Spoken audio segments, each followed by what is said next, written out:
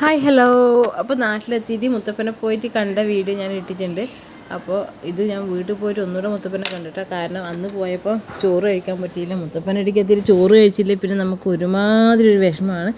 അപ്പോൾ ആ പരാതി തീർക്കാൻ ഞാൻ വീട്ടിലെത്തിയിട്ട് അമ്മയും ഞാനും ഏട്ടനും മക്കൾസൊക്കെ പോയിട്ടുണ്ട്. ഏട്ടൻ്റെ കൊച്ച് അതായത് കുഞ്ഞൂസും ഉണ്ട് കേട്ടോ.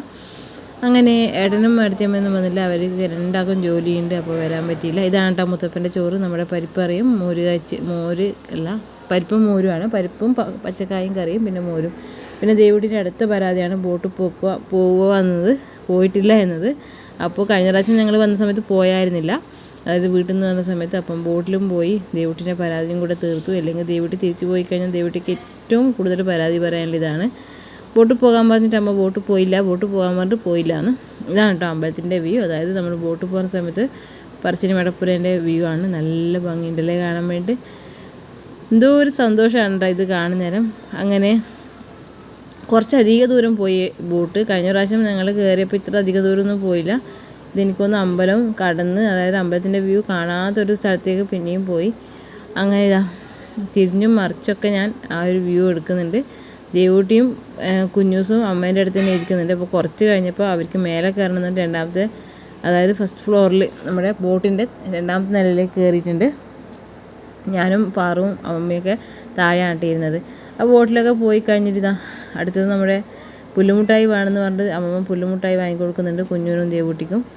അങ്ങനെ പുല്ലുമുട്ടായിയൊക്കെ വാങ്ങി അതൊക്കെ കഴിച്ചു. രണ്ടാൾ ഭയങ്കര ഹാപ്പിയാണ്. കളറല്ല കേട്ടോ വാങ്ങി, ഇങ്ങനത്തെ കളറാണ് വാങ്ങിയത്. പിന്നെ കുറേ ആൾക്കാരുണ്ടായിരുന്നു. അത് കഴിഞ്ഞ് ഇന്ന് വൈകുന്നേരമായി വീട്ടിലെത്തിയപ്പോൾ അളിയൻ്റെ വക അളിയനും മട്ടൻ കറിയാണ്. അതായത് ഏട്ടൻ്റെ മട്ടൻ കറി എൻ്റെ ഏട്ടന് ഭയങ്കര ഇഷ്ടമാണ്. അപ്പോൾ രാവിലെ തന്നെ മാർക്കറ്റിൽ പോയിട്ട് അളിയന് വേണ്ടി സ്പെഷ്യൽ മട്ടൻ ഒക്കെ വാങ്ങി മട്ടൻ കറി ഉണ്ടാക്കുവാണ്.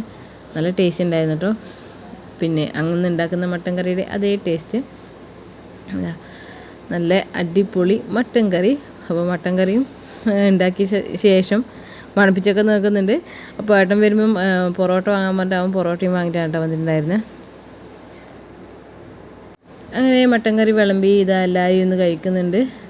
പിന്നെ ഏട്ടൻ പൊറോട്ട വാങ്ങിയിട്ടുണ്ടായിരുന്നു. അപ്പോൾ പൊറോട്ടയും മട്ടൻ കറിയും. പിന്നെ ഏട്ടൻ അതായത് ശ്രീജേട്ടൻ ചോറ് കഴിക്കാത്തതുകൊണ്ട് അവൻ ഏട്ടന് വേണ്ടിയിട്ട് 2 ചപ്പാത്തിയാണ് കേട്ടോ വാങ്ങിയിട്ടുണ്ടായിരുന്നത്. എനിക്കും മട്ടൻ കറിയാണ് കിട്ടിയത്. എനിക്ക് പൊറോട്ടയാണ് ഇഷ്ടം. അപ്പോൾ ഞാൻ പൊറോട്ടയും കൂട്ടി മട്ടൻ കറിയും കൂടി ഒരു പിടുത്തങ്ങ് പിടിച്ചു. അപ്പോൾ ഇത്രയേ ഉള്ളൂ എന്ത് വിശേഷം. അപ്പോൾ അടുത്ത വിശേഷം നാളെ കാണാം. Bye, see U.